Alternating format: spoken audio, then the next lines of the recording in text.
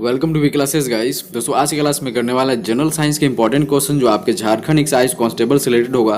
दोस्तों ये सारे के सारे क्वेश्चन जो है एग्जाम बेस्ड क्वेश्चन हमने तैयार किया हुआ है। तो टॉप 20 क्वेश्चन हैं और 20 क्वेश्चन आपके एग्जामिनेशन से पूछ जाते हैं। तो most expected plus previous question रहने वाले हैं। तो एक्साइज की तैयारी करते हो, सीजीएल की तैयारी करते हो दोस्तों, ये इंपॉर्टेंट सेशन रहने वाले हैं। ठीक है, तो दोस्तों बात करते हैं कि सारे के सारे क्वेश्चंस हमने आपके एग्जाम बेस्ड क्वेश्चंस पे तैयार किया हुआ है। तो यही क्वेश्चंस, यही पैटर्न्स जो है दोस्तों, यही क्वेश्चंस के पैटर्न्स रहने वाले हैं और यही लेवल रहने वाले हैं आपके एग्जाम से रिलेटेड। ठीक है, तो दोस्तों शुरू से अंत तक सेशंस को जरूर देखना और जो भी मेरे चैनल पे नए हैं दोस्तों वो सब्सक्राइब जरूर करना। ठीक है, तो दोस्तों मैं बताना चाहता हूँ कि बहुत सारे प्लेलिस्ट जो है हमने प्लेलिस्ट में दोस्तों बहुत सारे वीडियोस को कवर किया है जेएसएससी एक्साइज से रिलेटेड। ठीक है, तो एक्साइज हो, सीजीएल हो दोस्तों, हमने बहुत सारे टॉपिक को कवर किया है। तो दोस्तों झारखंड स्पेशल के नाम से दोस्तों बना है प्लेलिस्ट, तो आप वहाँ पे विजिट कर सकते हो और अपनी तैयारी को बेहतरीन बना सकते हो।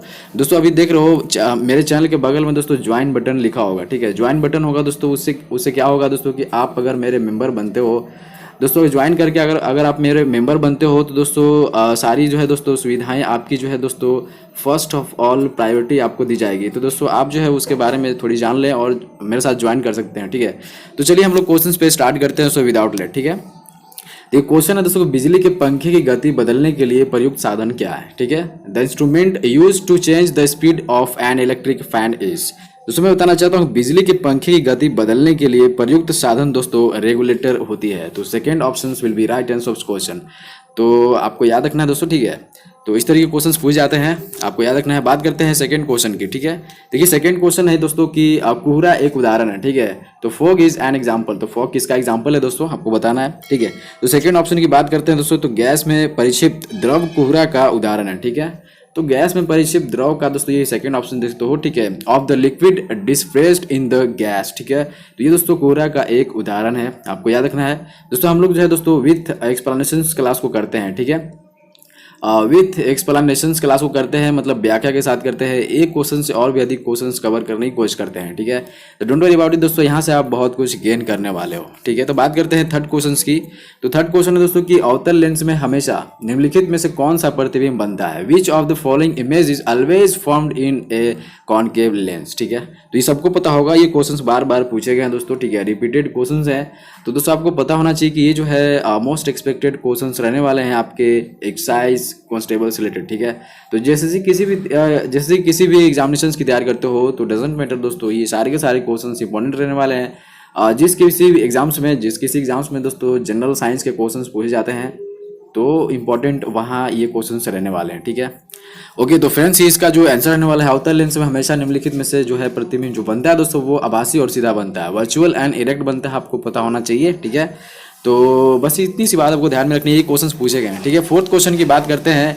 देखिए क्वेश्चंस की बात करते हैं दोस्तों। ठीक है, तो if the input frequency of a full wave rectifier is in then what will be the output frequency. ठीक है दोस्तों, यदि पूर्ण तरंग दृष्टकारी जो फुल वेव रेक्टिफायर होते हैं कि निवेश आवृत्ति जिसमें कि इनपुट फ्रीक्वेंसी इन है, तो निर्गत आवृत्ति दोस्तों जो आउटपुट फ्रीक्वेंसी होते हैं वो क्या होगी। ठीक है, दोस्तों आपको पता होगा एन ऑप्शन रहने वाला। ठीक है, तो बस इतनी सी बात आपको ध्यान में रखनी है। बात करते हैं फिफ्थ क्वेश्चन की। ठीक है, देखिए बात करते हैं फिफ्थ क्वेश्चन की। तो what is the horizontal heat transfer inside the atmosphere called.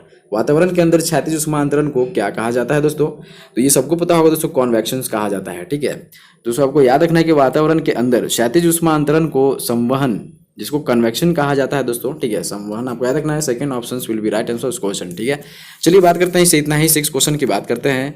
देखिए बात करते हैं सिक्स क्वेश्चन की। तो दोस्तों यहाँ पे दोस्तों चमगादड़ निम्नलिखित में से किस कारण से अंधेरे में उड़ सकते हैं। Bats can fly in the dark because of which of the following. ठीक है, तो ये सबको पता होगा दोस्तों कि they produce ultrasonic sound waves, वे प्रसरव्य ध्वनि तरंगे उत्पन्न करते हैं, इसलिए दोस्तों वो अंधेरे में उड़ सकते हैं आसानी से। ठीक है, तो इसे कुछ और रिलेटेड जान लेते हैं दोस्तों, प्रसरव्य ध्वनि तरंगे क्या होती है, अवसरव्य क्या होते हैं। ठीक है, देखिए मैं बताना चाहता हूँ दोस्तों कि वे यांत्रिक तरंगे जिनकी आवृत्ति 20 हर्ट्ज, ठीक है 20 हर्ट्ज दोस्तों तथा 20 किलो हर्ट्ज के बीच होती है, श्रव्य तरंगे कहलाती हैं। ठीक है, आई होप समझ गए होंगे।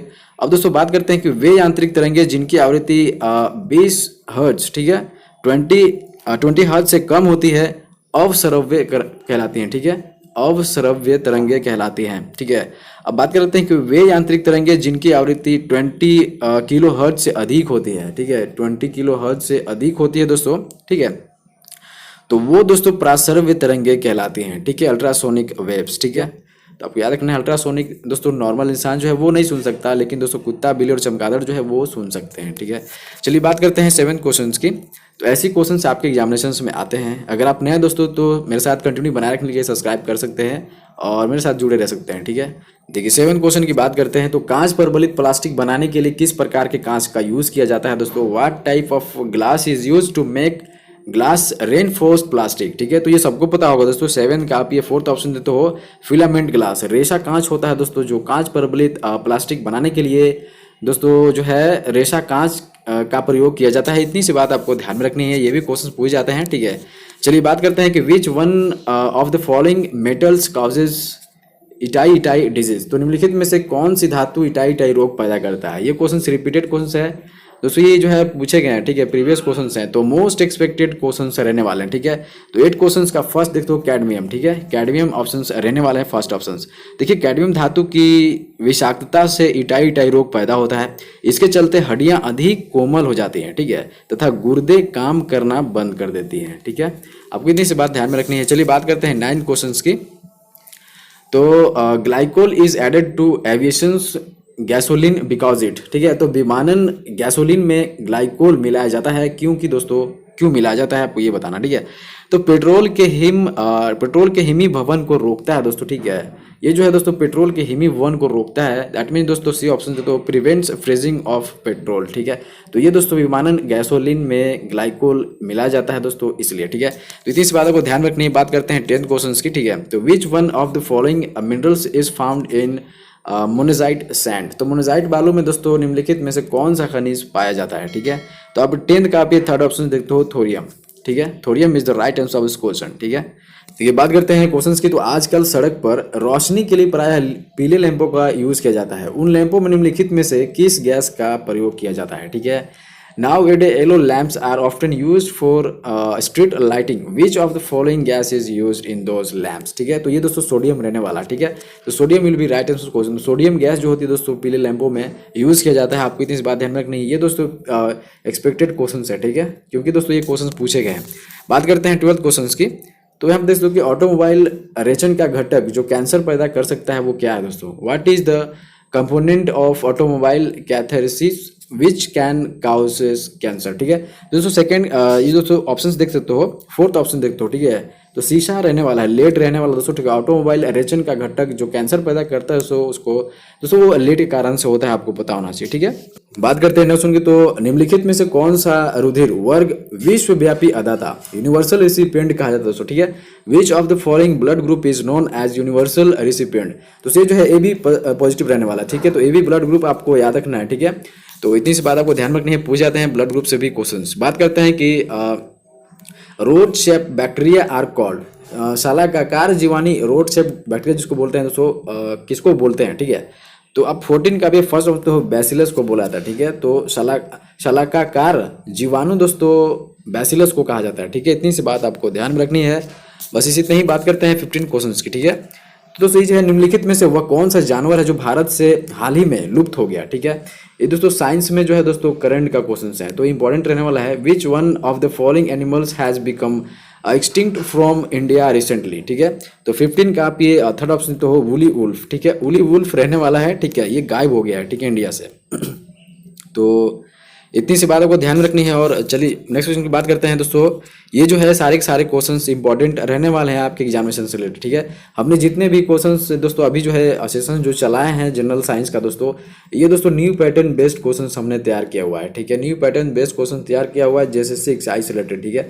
तो आप अगर दोस्तों नए हैं तो आप याद रखो दोस्तों कि आपके एग्जामिनेशन में ये सारे क्वेश्चंस पूछने वाले हैं, ठीक है। तो हम लोग दोस्तों प्रैक्टिस इसी तरीके से करते रहेंगे, ठीक है। प्रैक्टिस करते रहेंगे दोस्तों तो आपके एग्जामिनेशन में बहुत ही लगेगा। वहाँ पे दोस्तों आपको लगेगा कि ये तो क्वेश्चन हमने पढ़ा हुआ है, ठीक है। तो अभी आपको अभी से ऑब्जर्व करने की ज़रूरत है दोस्तों। सारे हमारे सेशंस में जितने भी क्लासेस दी जाती है दोस्तों आपको ठीक से ऑब्जर्व करना है और कंटिन्यू बनाए रखना है, ठीक है। बात करते हैं दोस्तों कि क्वेश्चन पे आते हैं। तो स्पंज क्या होता है दोस्तों? व्हाट इज ए स्पंज, ठीक है। तो 16 का आप ये 4th ऑप्शन देखो पशु एनिमल्स दोस्तों जो होता है स्पंज क्या होते हैं, एनिमल्स होते हैं, ठीक है। इतनी सी बात आपको ध्यान में रखनी है। और इससे तो कुछ और है नहीं। 17 क्वेश्चन की बात करते हैं तो which one of the following foods is rich in iron. तो निम्नलिखित में से दोस्तों खाद्य पदार्थों में किसमें लोहे की मात्रा अधिक होती है ये बताना आपको, ठीक है। तो 17 का सेकंड ऑप्शन तो हो सेव, ठीक है। सेव में दोस्तों जो है खाद्य पदार्थों में दोस्तों इसमें जो है दोस्तों लोहे की मात्रा अधिक होती है, ठीक है। तो आपको याद रखना है, ठीक है। और चलिए बात करते हैं नेक्स्ट वन की। तो 18 क्वेश्चन देख लेते हैं।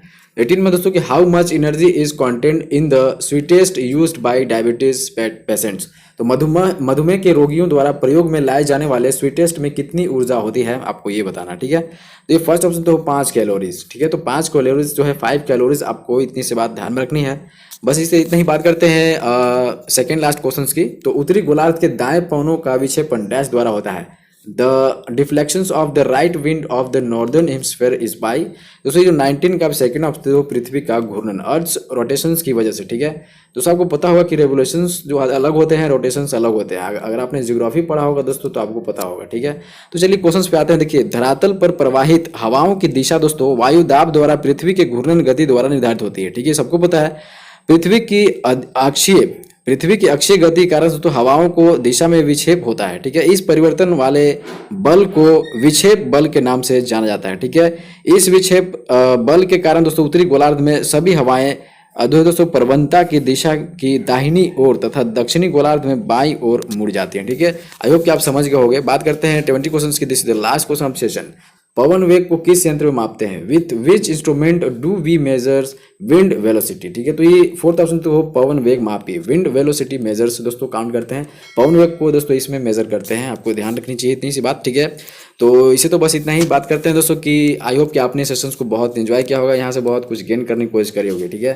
दोस्तों ये सारे के सारे जो क्वेश्चंस है वो इंपॉर्टेंट रहने वाले थे आपके एक्सरसाइज से रिलेटेड, ठीक है।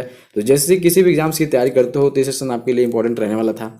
बात करते हैं कि टॉपिक वाइज यहाँ पे सेशंस चलाए जाते हैं ज़बरदस्त तरीके से, और दोस्तों प्रैक्टिस सेशंस और ज़बरदस्त तरीके से चलाए जाते हैं। यहाँ पे एग्जाम बेस्ड क्वेश्चंस रहते हैं सारे के सारे, ठीक है। तो आपको याद रखना है। और दोस्तों नेक्स्ट क्लास में हम लोग मिलते हैं, और इसी तरीके से मेरे साथ कंटिन्यू बनाए रखने के दोस्तों सब्सक्राइब जरूर करेंगे, ठीक है। तो चलिए हम लोग नेक्स्ट वीडियो में मिलते हैं, तब तक के लिए धन्यवाद।